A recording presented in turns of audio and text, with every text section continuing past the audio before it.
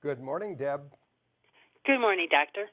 Mark your calendars now. Those leftover OTC and prescriptions in your medicine cabinet have got to go, and chances are they have expired. Expired medications can cause you more harm than good. To help clean out those medicine cabinets is Pharmacist and Professor of Pharmacy and Therapeutics, Dr. Ed Krenzelok. Doctor, how do we decipher what medicines to throw away and what to keep? Well, we as Americans have many medications in our medicine cabinets, and we probably have more than we should. Always look at the expiration date. That's very important. If it's expired, you need to get rid of it. Otherwise, if you have just partially used bottles, the medicine cabinet is not a very good place to have medications, ironically, because of all the heat and moisture that we have in the bathroom. And the other thing I'm concerned about is the fact that medicine cabinets are not child-proof. And so if you have small children around your home, a child may be able to get into the medicine cabinet. So it's not the optimal place to keep medications, surprisingly. When we discard those medications, how do we properly dispose of them? Well, don't throw them in the garbage can. I think that's the most important thing not to do. Many communities have take-back programs, and so you can contact your local health department. Better yet, go to your pharmacist, ask the pharmacist where you can take medications for proper disposal, and perhaps your pharmacist will even take them back for you. What everyday basics should we stock up on? Well, the foundation of good health is good oral hygiene. That's where it all starts. Colgate has a new unique formula called Colgate Total Advanced Health Mouthwash.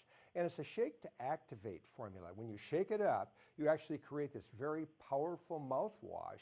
And this mouthwash, when you use it then, actually removes 24 times more bacteria than the traditional mouthwash does. And then as you expectorate it into the sink, you'll really see the results. Doctor, we're approaching cold and flu and allergy season. What should we keep in our medicine cabinet? Well, I'm here to discuss Cold-EEZE zinc lozenges as well. And pharmacists have named it the #1 recommended brand of zinc gluconate lozenges. And what's unique about this particular product is that it actually shortens the duration of a cold by interfering with the replication of these cold viruses that you have in your body. So you can reduce the duration of a cold significantly. And if you like a gummy or a quick melt, those are alternatives to the typical lozenge.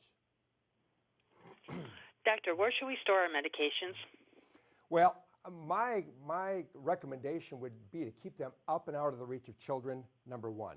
#2, put them in a dry place, and even if you have a lock box, if it's convenient, keep them up and out of reach of children and in a dry place so that the medications maintain their potency. I think that's a very important thing for people to realize.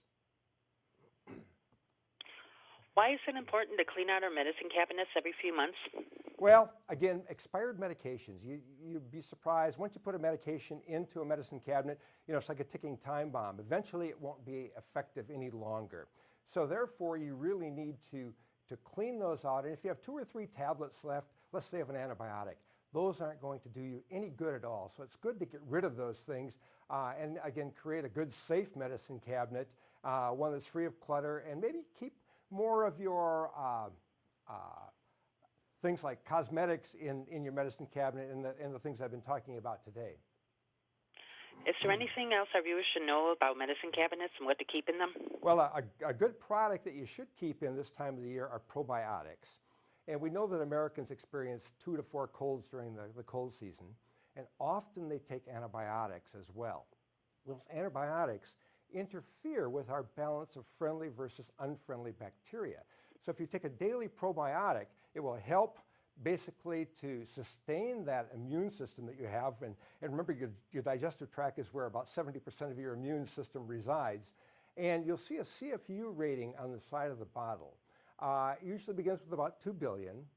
But if you want to find out what probiotic would be good for you to take on a daily basis to support your immune system, you can take a quiz at swansonvitamins.com, and that will help you determine what's best for you. Doctor, where can our viewers go for more information? Well, if you go to our website, betterstuffforlife.com, you'll find a plethora of information. I'd like to thank you for taking the time to talk with us today. Have a great day. Thank you very much. Thank you. You're welcome. Bye.